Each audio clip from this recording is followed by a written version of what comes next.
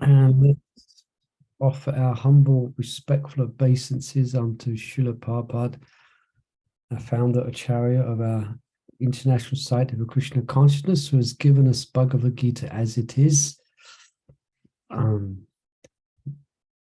Nama Om Vishnu Bhataya Krishna Vishtaya Bhutale Shrimati Bhakti Vedanta Swami Namane Namaste Saraswati Devi Gauravani Pachaline Nivasisha Sunya Vahari Pashtatara Satarine Jai Sri Krishna Chaitanya Prabhu Nityananda Shri Advaita Gadadhar Shivasadi Gaura Bhakta Vrinda Hare Krishna Krishna Krishna Hare Hare Hari Rama, Hari Rama, Rama Rama, Hari Hari.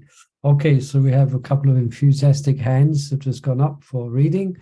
The first one I saw was Mother Rajika Kishore. So you can begin us this evening, Mother, for this very auspicious reading of Bhagavad Gita. Yeah, there's something wrong with your sound, Mother Rajika Kishore. There's a lot of interference. Do you have more than one device there that you're using? Have you logged in with 2 things?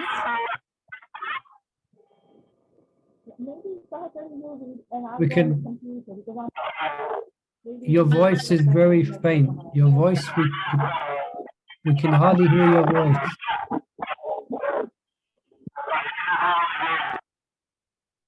Can you hear me now? Yes, that's much better. Thank you. Now the disturbance has gone and we can hear you very clearly. Thank you. Great. Shall I start reading now? Yes. Thank you. Hare Krishna. Hare Krishna. Natve evaham jatunasham natvam neme janadipaha nachaiva na bhavishyama sarve vayamat atah param. Translation.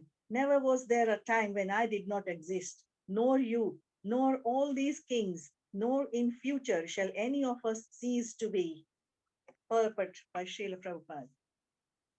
In the Vedas, in the Katha Upanishad, as well as in the Svetaswatar Upanishad, it is said that Supreme Personality of Godhead is the maintainer of innumerable living entities in terms of their different situations according to the individual work and reaction of work. That Supreme Personality of Godhead is also, by his plenary portions, alive in the heart of every living entity. Only saintly persons who can see within and without the same Lord, Supreme Lord, can actually attain to perfect and eternal peace. Nityo nityananam chetanas chetananam eko bahunam yo vidadhati kaman tam atmastham ye nipasyanti dhiras tesham santi saswati netrasam Katha Upanishad.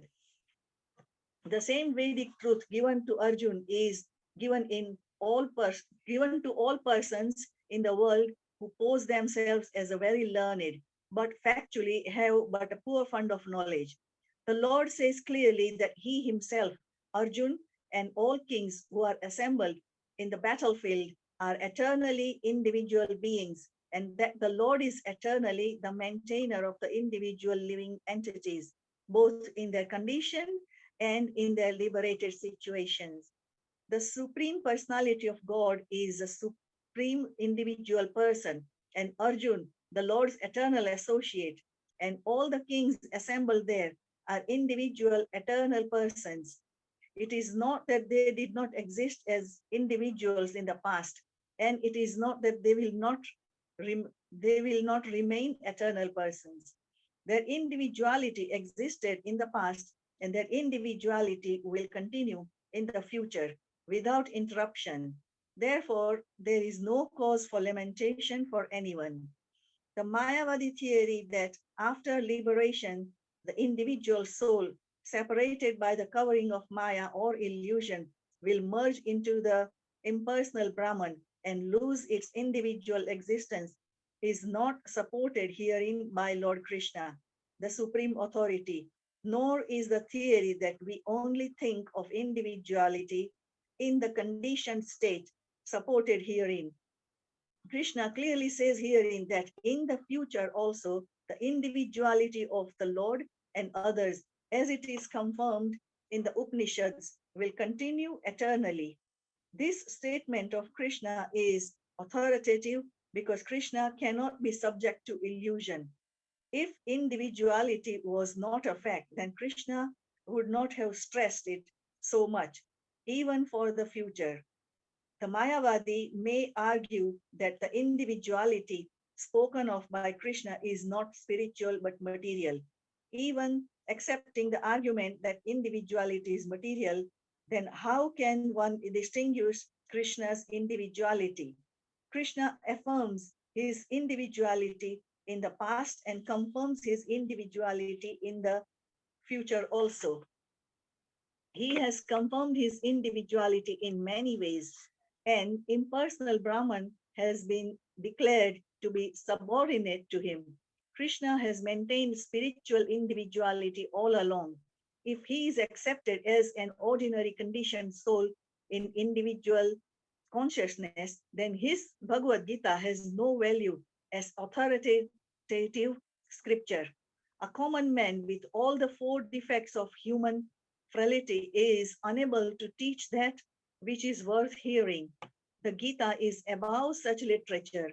No mundane book compares to the Bhagavad Gita. When one accepts Krishna as an ordinary man, the Gita loses its importance.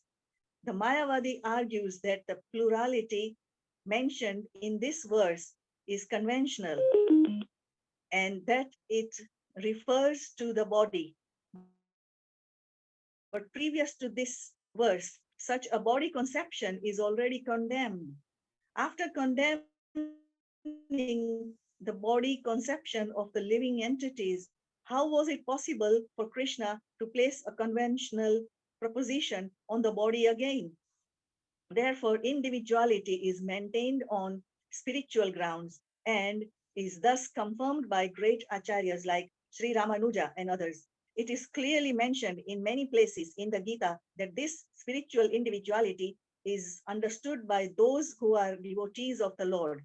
Those who are envious of Krishna as a supreme personality of Godhead have no bona fide access to the great literature. The non-devotees' approach to the teachings of Gita is something like that of a bee licking on a bottle of honey. One cannot have the taste of honey unless one opens the bottle. Similarly, the mysticism of the Bhagavad Gita can be understood only by devotees and no one else can taste it, as it is stated in the 4th chapter of the book. Nor can the Gita be touched by persons who envy the very existence of the Lord. Therefore, a Mayavadi explanation of Gita is the most misleading presentation on the whole truth. Lord Chaitanya has forbidden us to read commentation made by the Mayavadis and warns that one who takes to such an understanding of Mayavadi philosophy loses all power to understand the real mystery of the Gita. If individuality refers to the empirical universe, then there is no need of teaching by the Lord. The plurality of the individual soul and of the Lord is an eternal fact, and it is confirmed by the Vedas as above mentioned.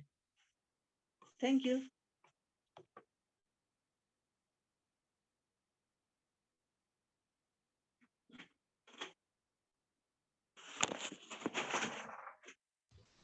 You're on mute. Thank you. I'm talking away, no one's hearing. Thank you for that. Yeah, this is a very important verse. This is the beginning of Krishna's teachings on Atma Tattva. And right in the beginning, Krishna's making a distinction here. He's describing that we are not all one.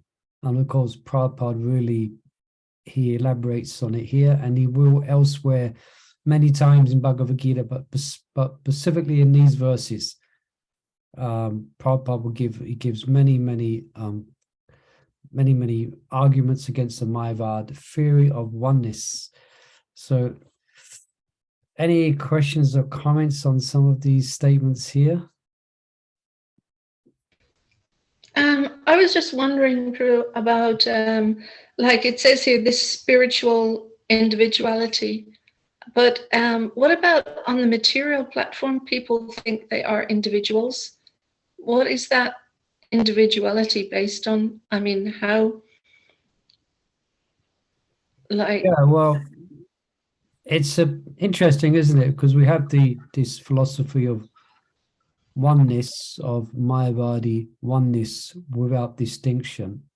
But we see that the Mayavadis themselves, and as you're mentioning, people in general, we always relate to the world and we relate to each other as separate individual persons. You understand? We actually interact with the world, obviously, from the basis that we are individuals. Yeah. So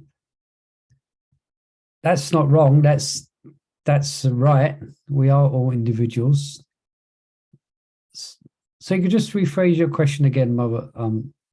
yeah, I was just wondering, this individuality that materialists have, is that like, that's just Maya basically? Is it on the bodily platform, the sense of I understand, yeah.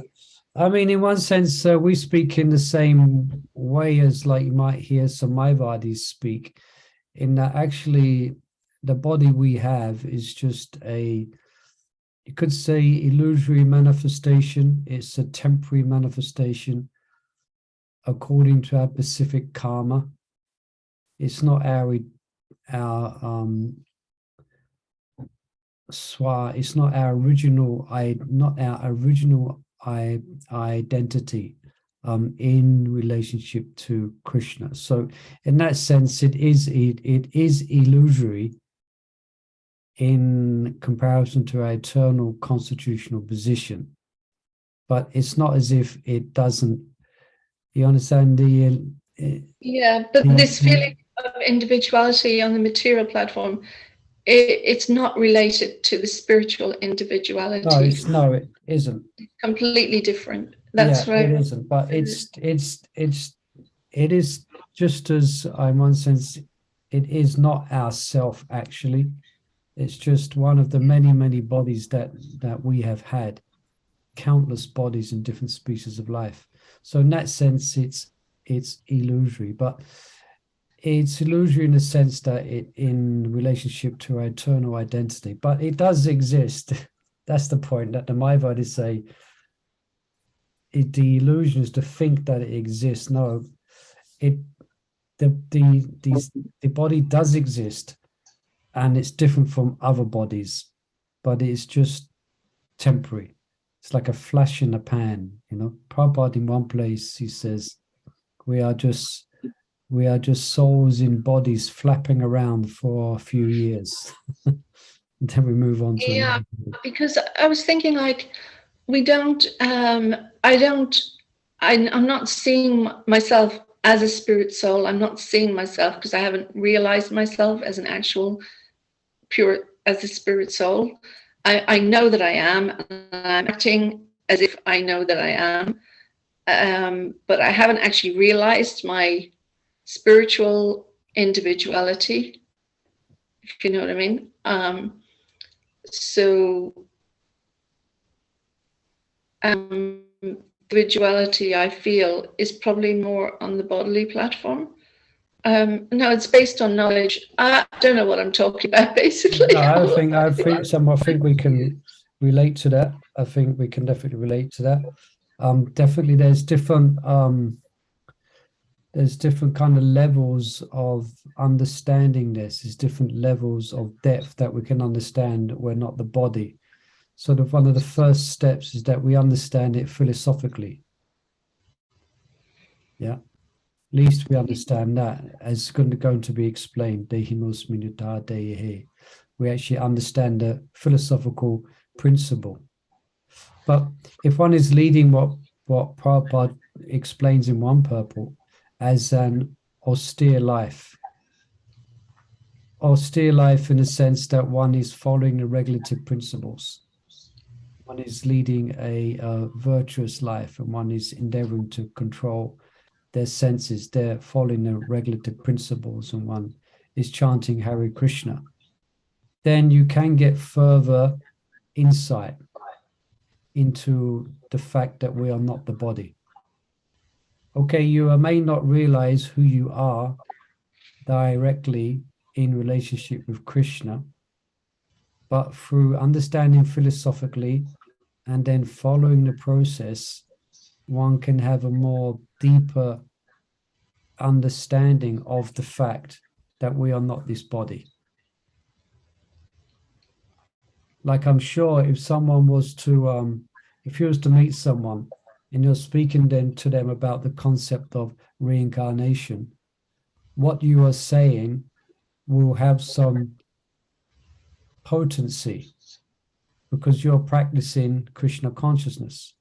So whether you know it or not, you probably do have a bit of a deeper insight into the fact that we are not the body, and you can explain it to people. And because you have faith in it and you've been practicing the principles of Krishna consciousness, then whether you know it or not, that will have effect on people. Well, I think I've mentioned this before. Brihad Bhagavad Maharaj said something very interesting, in that some devotees who are on the realized platform do not know that they know they're not the body. What? They do not know. In other words, they're just naturally functioning as a soul. So, for instance, one of these symptoms of someone who's acting as a soul is that they have no fear. They are not fearful. And that's one of the symptoms of so that's one of the symptoms of someone who's acting on a platform that they're not the body. They're free of fear. Yeah. It's quite subtle. But I found it quite interesting how we explain that. It's not like it isn't like someone who's not their body. It's not like they're walking around in some type of strange headspace where they're just walking around in like a lumbering machine, and they're not the body, but no, they actually function with the body, with the world, but they don't identify themselves as that body. I give you another example. Actually, there's some devotees, because I'm in Scotland here, and there's very senior devotees who have done very intense book distribution. They did it for many, many years, for like very austere. And there's one devotee here, Dr. Krishna Prabhu. He's one of the senior devotees here, and he can tell the way he interacts with people, and the way the way he interacts with everyone and people, non-devotees. He has no personal, could say, incongruities. He can relate to anyone. I don't know if they're making sense. He can speak to anyone, he can relate to anyone, because he's not relating, he's not identifying with his body. Because the more we identify with the body, the more fears there are, the more paranoias there are, the more anxieties there are. So to that degree, we're free of these things, means that actually we're functioning, sometimes without our knowing, we're actually functioning on the basis that we are not the body. I don't know if that's making sense to anyone out there. Yeah, thanks. Yeah. Yeah. So, yeah. And I'm sure some of you have had some experiences. I think I shared one experience I had. Please forgive me if you've heard this before, but it's just coming to mind. One time I was cooking the Mongoladi sweets late at night, overnight, and I was on my bike heading to my ashram in the morning, and I was so tired. I was even tired before I began the service, let alone stay up all night and doing the service. So I was biking back about 2:30 in the morning, and I had this sensation when I was on my bike that it wasn't me that was pedaling that bike. It was my body. It was my body that was pedaling the bike, and my body was made of the same elements as the bike. And I was just a soul sitting in that body, being taken back to my ashram by the material energy, which happened to be my body, as well as the bike. And I was just like sitting in a bus. It was like I was sitting in a shell of a body and just being carried back and just being carried along. But it wasn't me who was pedaling the bike. It was the material energy in the shape of my manifest body that was pedaling the bike. So I was kind of, and then I was kind of getting into it, and I was really kind of relaxing as if I was in a bus being carried back. Do you understand? Yeah, there's a little, and I always remember that. Of course, it's difficult for me to carry that realization with me all the time. You know, it soon kind of went, and I kind of again was back in my body functioning as being my body. But I had that, I had that kind of insight. It's it's very convincing for me. I mean, I didn't have to be, it wasn't something intellectual that I tried to apply. It was something that was just, it was something which I kind of, Krishna blessed me to see. So I understood, all right, so I'm not this body, I'm not this bike, so I'm just being carried back to my ashram. And some of you probably had outer body experiences as well. That's also there as well, where people get insight that they're not the body. But your point is taken. It may not be abruptly realized.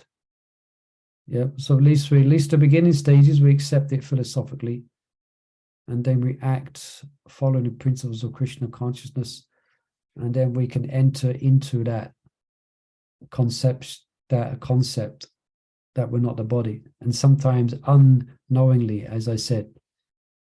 Anyone would like to comment on that, or any questions further on that? I think there is a Maharshi Das in Bhaktivedanta Manor. There's what? The name is a Maharshi Das in Bhaktivedanta Manor. His father was the first one to get the COVID. Then he caught it, and then both were in the hospital. Father passed away, and he was in the hospital. But out of the body, he could see that my father has gone here, and this is my bed. He could see everything. Oh, really? Yes. So he had an outer body experience. Yeah. Well, that's what he put on. Yes. Yeah. Yeah. So this is even persons who are not religious, persons who haven't even heard of the Bhagavad Gita, they can have these experiences. That's why it's so nice that Krishna's making everything very clear for us. Because even persons who have these realizations, these outer body experiences, they often do not know they do not know what it means. They often can be quite confused, but Krishna is confirming exactly this absolute truth, or this truth that we are not the body. As the first interesting, one of the first instructions that he's given he is giving Arjuna, that we are eternal soul, and we will never, it's quite encouraging, we will never cease to be. Yeah, we will never die. Hari Bol. We'll just move on. Hopefully our next body will be, hopefully the next womb we will enter will be the womb of a gopi. As if we will have to enter another womb, that's for sure. But hopefully it's a gopi in Raj, where Krishna's performing his pastimes. If not, at least in a devotee family. Or if not, as Bhaktivinoda Thakur in his humility says, at least as a dog living around the house of a devotee. Yeah. All right, it's quite a long purport here. There's quite a few things about Mayavad philosophy, but in the beginning, Prabhupada is in the purport speaking about how we're all maintained by Krishna. Yeah, everyone, and Krishna is not maintained by anyone. Yeah. Ekubahanam yovidadikamam. He is supplying the necessities of everyone. But he is not relying on anyone. We are all relying on him. That's why he says, Arjuna and all the kings who are assembled on the battlefield are eternally individual beings. And the Lord is eternally the maintainer of the individual living entities in their condition and liberated state. So he is the maintainer. Yeah, that's what this verse in essence means. Eku Bahanam, he is maintaining everyone. Bahanam, all the jivas. Yes. Hare Krishna, Murli Hare Prabhuji. Krishna. Yes. I have been on a retreat, so I didn't join. Are we All reading right. from Nice to have you back, Mother. Hare Krishna. Hare Krishna? Are we reading from chapter 2? Chapter 2, text 12, yeah. Text 12. Thank you. Chapter 2, text 12. Thank you. All right, let me just look under. I have this book, Surrender Unto Me, here, by Gurujan. He has commentaries from Acharyas. Let's have a quick look if there's anything else to bring up here.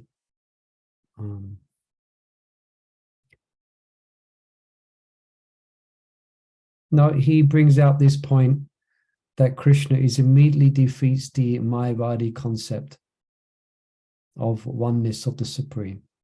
Yeah. So this is, I mean, if you've got some aunts or cousins or friends at work, whoever who are preaching oneness, who have read some book, or read some Mayavad book or philosophy book, you know, some transcendental meditation, and they start to speak about oneness, then you can immediately quote this verse. Na tvam eva tutu nasam, na tvam nema janadipa, na chevana bhavishama savavayamata param.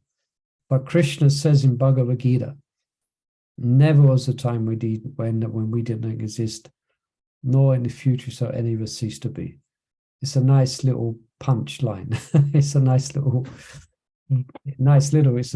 it's a nice verse to learn. You can immediately bring it out and help people to understand the correct understanding. All right. So Krishna's going to continue this theme. Let's go read text 13. Now,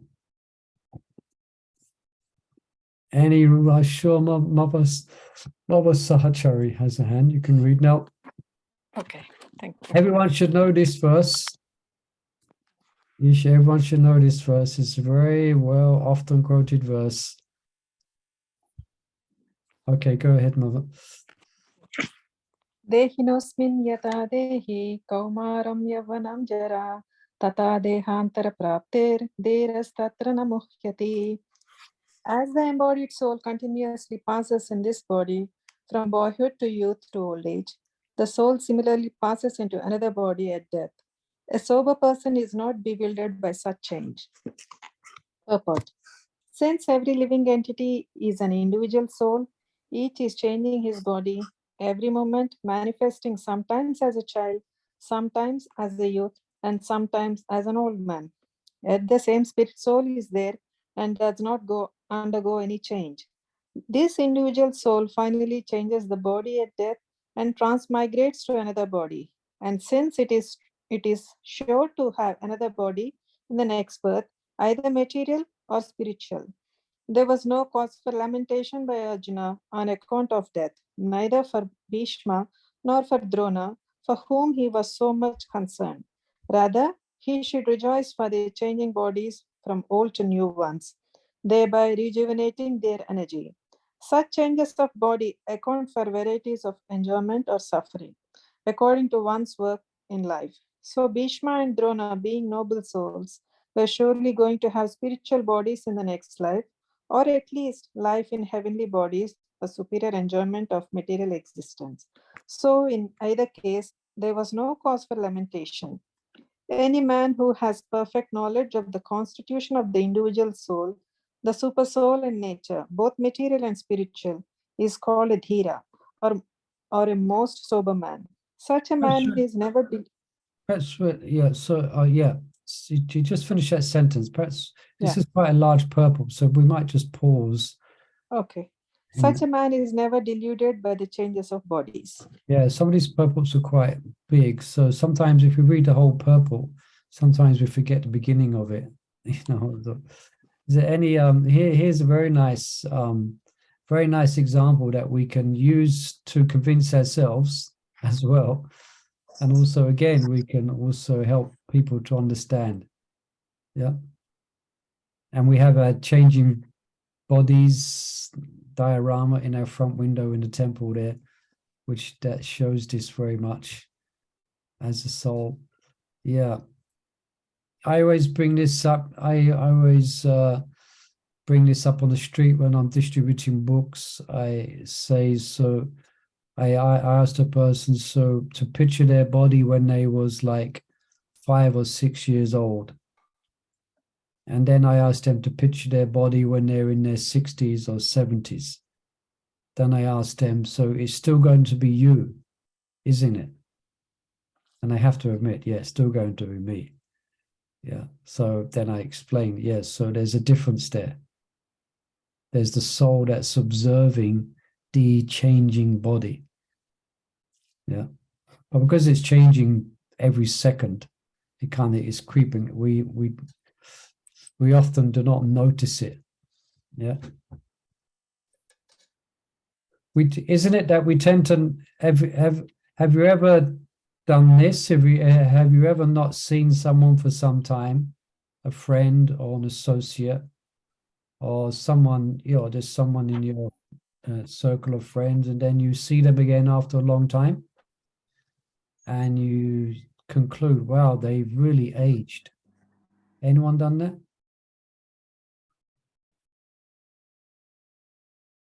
I'm sure. I have only Prabhuji, yeah. Yeah. When I see my grandchildren for 5, 6 months, and I think, oh, how they grown so quick. Yeah. Yeah. But the thing is, people do that to you as well, but you don't. They do, yes.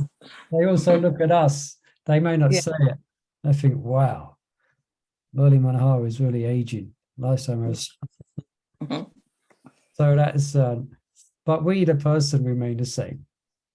You know, we remain the same individual, which is quite, let's say, it's quite refreshing to understand.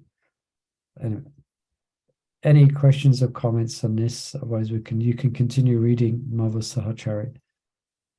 So Arjuna's, so there's no cause of lamentation because no one's going to be killed on this battlefield. The Mayavadi theory of oneness of the spirit soul cannot be entertained on the ground that the spirit soul cannot be cut into pieces as a fragmental portion. Such cutting into different individual souls would make the supreme cleavable or changeable against the principle of the supreme souls being unchangeable. As confirmed in the Gita, the fragmental portions of the supreme exist eternally, sanatana, and are called kshara. That is, they have a tendency to fall into material nature. These fragmental portions are eternally so, and even after liberation, the individual soul remains the same, fragmental. But once he lives an eternal life in bliss and knowledge with the personality of Godhead, the theory of reflection cannot be applied to the supersoul, who is present in each and every individual body and is known as Paramatma. He is different from the individual living entity. When the sky is reflected in water, the reflections represent both the sun and the moon and the stars also. The stars cannot be compared to the living entities and the sun or the moon to the Supreme Lord. The individual fragmental spirit soul is represented by Arjuna and the super soul in the personality of Godhead, Sri Krishna. They are not on the same level, as it will be apparent in the beginning of the 4th chapter. If Arjuna is on the same level with Krishna, and Krishna is not superior to Arjuna, then their relationship of instructor and instructed becomes meaningless. If both of them are deluded by the illusory energy Maya, then there is no need of one being the instructor and the other the instructed. Such instruction would be useless because in the clutches of Maya, no one can be an authoritative instructor. Under the circumstances, it is admitted that Lord Krishna is the Supreme Lord, superior in position to the living entity. Arjuna, who is a forgetful soul, deluded by Maya. Okay, thank you. So let's just go through this to see if we fully understand what's being explained here. To begin with, if anyone has any questions or comments.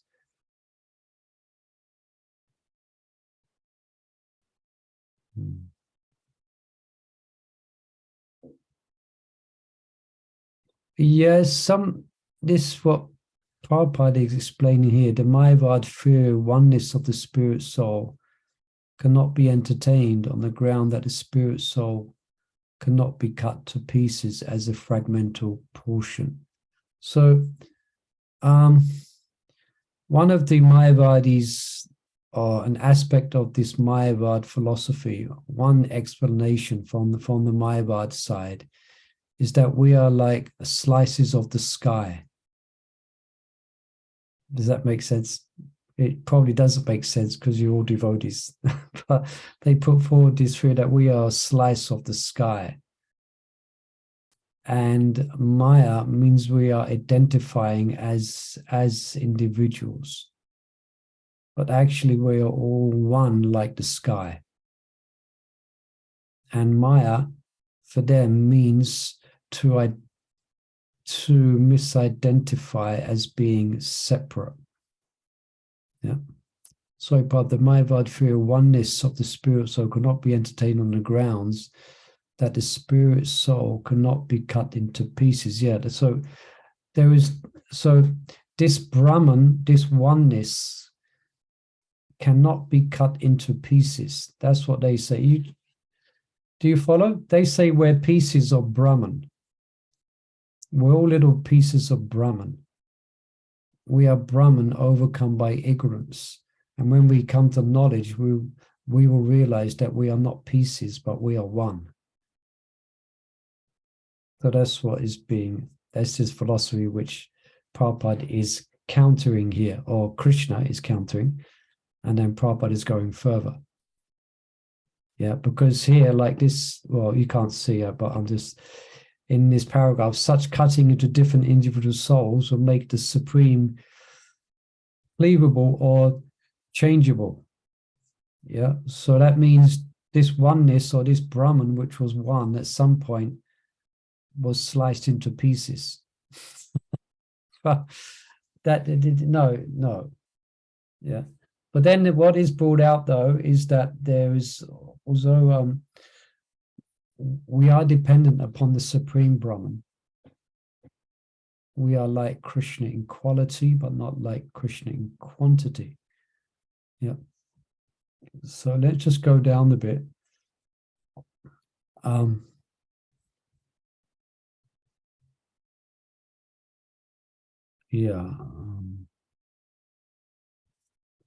When the sky is reflected in water, the reflections represent both the sun and the moon and the stars also. The stars can be compared to the living entities and the sun or the moon to the Supreme Lord.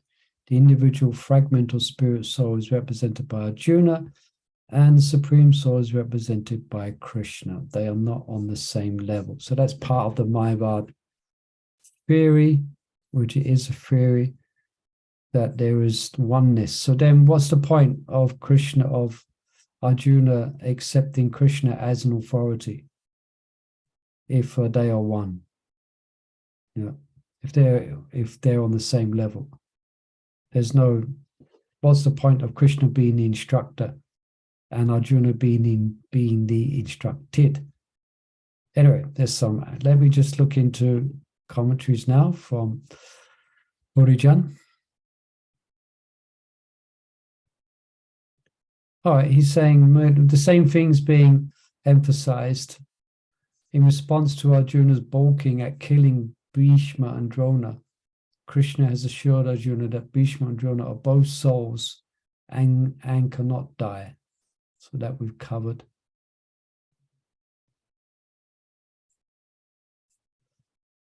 Okay, let me just read this history here of Maharaj Yayati, which is given here.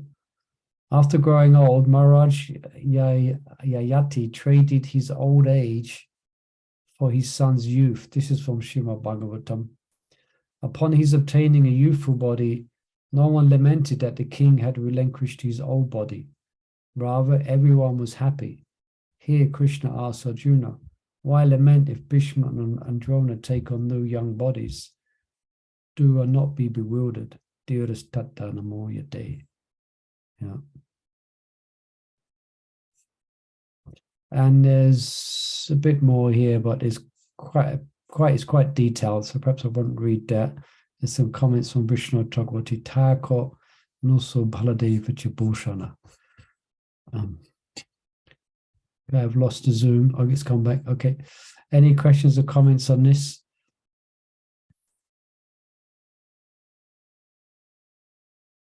Let me just read this from Baladeva Vijayabhusana. One may say, although the souls who are now conditioned by the bodies of Bhishma and so on are eternal, it is natural that there be sorrow upon the destruction of their bodies, which were the facilities for their enjoyment. So that's going to be addressed in the next verse. So, okay, Arjuna admits, yes, okay, but still the fact that we're going to lose sight, I'm going to lose my relationship as I know it with a grandfather Bhishma. Okay, they're eternal souls, but they're going to go onward on their journey. So Arjuna brings this out. So then the next verse, Krishna speaks about the distress which Arjuna will feel upon this, and he addresses the temporary nature of that distress. Okay, Arjuna, you will be in distress, but that's part of the deal in the material world. You will be distressed and you will also experience happiness as well. Both will come. Okay, Bhishma will go. Also Drona, your guru, you will lose that relationship you had with him based on the body. But what you feel as distress in that regard will only be temporary. So this is another instruction, that the second instruction that Krishna gives to Arjuna, which is very helpful to have, to tolerate happiness and distress. Right, let's read that then, shall we? Let's see, Nanda Vallabhi, you'd like to read? I see your hand up, unless that's a question or a comment. No, I can read. Yeah, please, thank you. So text 14, another verse that hopefully you must have heard so many times in classes. Yes. You probably learnt this verse even without trying to learn it. Yes. Go ahead, Mother. Yeah. Matra sparshyastu konteya shitoshana sukha dukkadaha agma pani paino nityam stam sthiti kshasva bharataha. Translation. O son of Kunti, the non-permanent appearance of happiness and distress and their disappearance in due course are like the appearance and disappearance of winter and summer seasons. They arise from sense perception, O sign of Bharata. One must learn to tolerate them without being disturbed. Purport. In the proper discharge of duty, one has to learn to tolerate non-permanent appearances and disappearances of happiness and distress. According to Vedic injunction, one has to take his bath early in the morning, even during the month of Magh, January, February. It is very cold at that time, but in spite of that, a man who abides by the religious principles does not hesitate to take his bath. Similarly, a woman does not hesitate to cook in the kitchen in the months of May and June, the hottest part of the summer season. One has to execute his duty in spite of climatic inconveniences.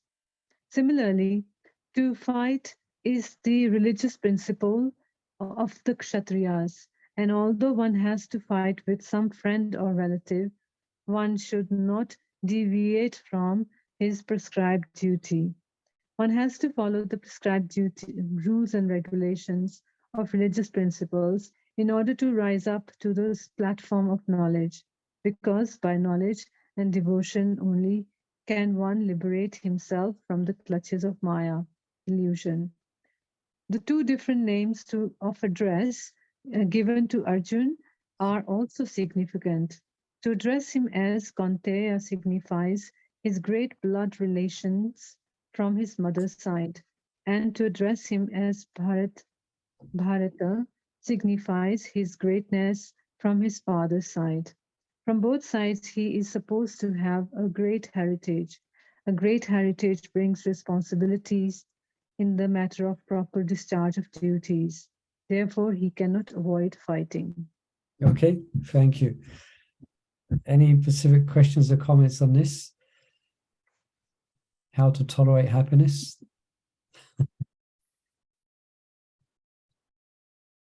Now, the examples given here, we may not relate to them today. For instance, it says taking a morning bath in the month of Marga. It's very cold at that time. But we all live in comfortable houses with heaters. So it's not, even in January, February, there's hot water. So it's not inconvenient. This is, except for next month when the marathon starts, then the hot water will go. Yeah, in the temple, then hot water. Yeah, it's a fact actually, and that's not always guaranteed. Yeah, we may lose our hot water at any moment. And then also cooking in the hottest month of May and June. It's one day I was in Jagannath Puri, and I was staying somewhere in a place there, and there was one temple, I forgot the name of the temple, near the Tota Gopinath, a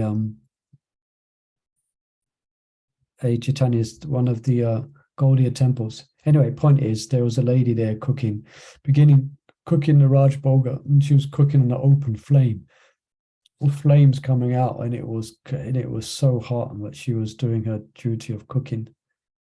Anyway. So, but still, whatever duty that we have, there's going to be distress that's going to come with it. And I'm sure you have all realized that to one degree or another. Yeah, you may be a parent. Yeah, so that may be your duty. Your family situation. So your duty is to stay within the family. And your duty is, for instance, is to provide shelter, and loving shelter to members of the family. But is it that, along with your family situation, we are in illusion if we think that if we're expecting to only experience happiness, then we're going to be disappointed. So you understand, it's good for us to have this kind of outlook. And so then when reversals do come, we have some means to learn, or we have some means that will help us to tolerate it. Yeah, here, this nice example is given, just like winter and summer. It comes, yeah. I can't help but think of an example like I'm here in Scotland, and it rains a lot in Scotland. Yeah. And today we went for like a day out to one Loch Lomond, and the devotees, and it was raining heavily, so I was thinking perhaps we won't go. But then I was reflecting, no, actually the devotees in Scotland, they're so used to rain that they don't even register it as raining. It's just, they're so learned to live with it and tolerate it. So of course we still went out the day. Anyway, so you get the point here. It's simple instruction, but very deep actually. Learn to don't expect happiness 24/7. There's going to be situations we're going to have to deal with that's going to cause us somewhat distress. But then unplanned for us and unknowing for us, there's patches of happiness that's going to come as well. I'm just speaking materially at the moment. Of course, if one is very much leading a passionate and in one is controlled by the law modes of nature, passion and ignorance, then generally it's going to be just distress. And in their illusions, sometimes they're going to think they're actually happy. Just like a drunkard, someone who's constantly drunk, then when they get more drunk, they actually think they're happy. But they're not. They are suffering. So putting that aside, even as devotees, we lead regulated sattvic lives, but still we have to face challenges. Yeah. Even we take to Krishna consciousness and we chant the holy name, we should not be under the illusion that we're not going to face difficult situations. So what to do when a difficult situation comes? Tolerate. Yeah, I think I said this a few times, that Maharaj Yudhisthira said, if there was no such thing as tolerance, then the world would be destroyed in a day. Yeah. Now, there's some things that we shouldn't tolerate.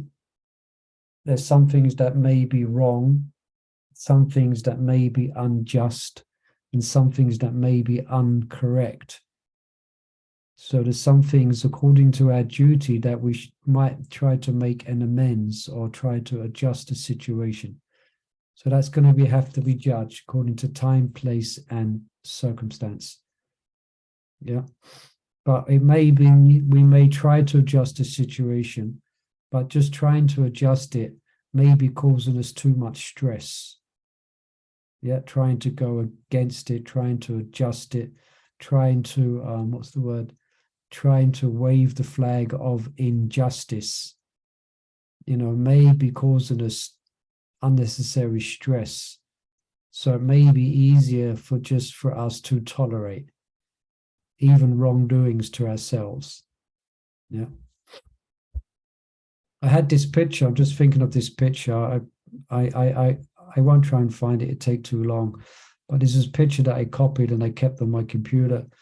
And it's this picture of this bird sitting on a fence. And it's literally torrential driving rain. And this bird is just sitting there on the fence with his wings tucked in his side and his head down. And he's just sitting there in this torrential rain. He's just sitting it out. Yeah. Just like cows and bulls, isn't it? And horses in fields. What do they do when it rains? Do they complain? They just sit it out. Yeah. So sometimes in life we're going to, that's another subject, but because of our karma or because of Krishna's arrangement and our karma, we're going to have to sit through torrential rains of difficulties and a distress. Yeah, we're just going to have to sit through it, and see it all. And Prabhupada in one place also says that when it comes to distress, just paraphrasing, said devotees should unhesitatingly see it all as the mercy of the Lord. Yeah. So there's some pointers there. Any questions or comments on these points? I'm sure you all got realizations on this, tolerating the ways of the world.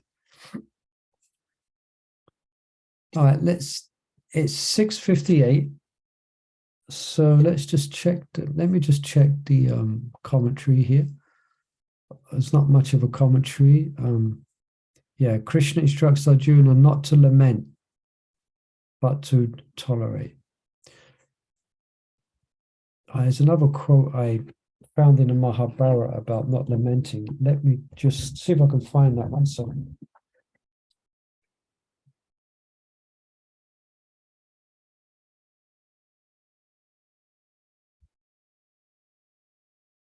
Oh, I'm not going to find it. I've lost my Kindle. I put it somewhere. I can't find it. But anyway, perhaps I'll bring it out tomorrow. I should bring it up tomorrow. Okay, so perhaps let's just stop there for today, and tomorrow we can continue text 15. Any last comments or questions on this? Okay, I hope you can tolerate the rest of your evening, whatever may happen, and the next day, if the electricity goes out or something happens, or the husband's in a bad mood or whatever, you have to tolerate it. Okay, thank you, everyone.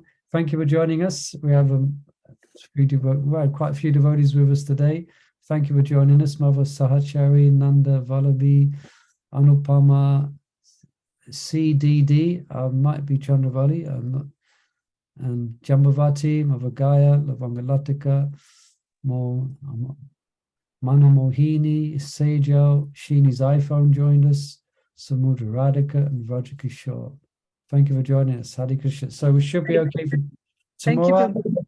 Yeah, tomorrow I may have to not do tomorrow, but I should let you know in good time. Okay, I'm just confirming my schedule tomorrow morning. Okay, Hare Krishna. Thank you, everyone. Hare Krishna. Thank you, Prabhu, so much. Thank you. Thank you, everyone. Hare Krishna, everyone. Hare Krishna. Hare Krishna.